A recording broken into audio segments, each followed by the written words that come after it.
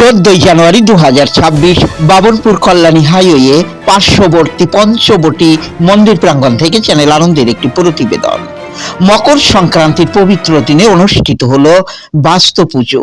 প্রতি বছরের ন্যায় চলতি বছরেও যথাযোগ্য মর্যাদার সঙ্গে পুজো করে আসছেন পঞ্চবটি আশ্রমের ভক্তরা। এটি 14তম বর্ষ।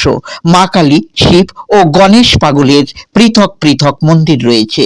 মনোরম পরিবেশে মন্দির কর্তৃপক্ষ চ্যানেল আনন্দকে আরও জানান, আমরা এই কল্যাণী হাইরোডে মায়ের মন্দিরে পূর্ব বাংলার ঐতিহ্য ধরে রাখার চেষ্টা করছি। বাস্তু পূজা ঘরে ঘরে পশ্চিম বা পূর্ব বাংলায় হয়। আমাদের এখানে কয়েকটা ছেলে আছে পূর্ব বাংলার, তারা সবসময় চায় যে পূর্ব বাংলার ঐতিহ্য আমরা ধরে রাখবো। তাই 14 বছর ধরে এই কল্যাণী হাইরোডে পঞ্চবটি মায়ের মন্দিরের সামনে আমরা বাস্তু পূজা উপভোগ করি আর প্রতি বছরই করি। এই নিয়ে 14 বছর। রোহিত শেখর চক্রবর্তী চ্যানেল আনন্দকে আরও জানান, আমাদের সন্তানেরা অনেক সনাতনী আজকে ভুলে গেছে যে সেই পুজোটা পূর্ববাংলায় কেমন ভাবে হতো, কি তার রীতি, কি তার আচার, কি তার রিচুয়াল ছিল।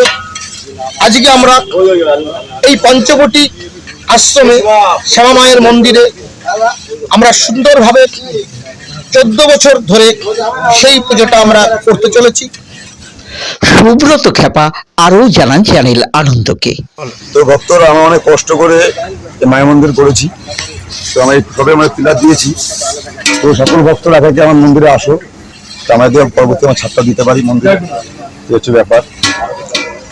সকলের মঙ্গল, জয় মাতা, জয় মাতা। বিকেলের অনুষ্ঠান সূচিতে রয়েছে বাউল গান ও প্রসাদ বিতরণ।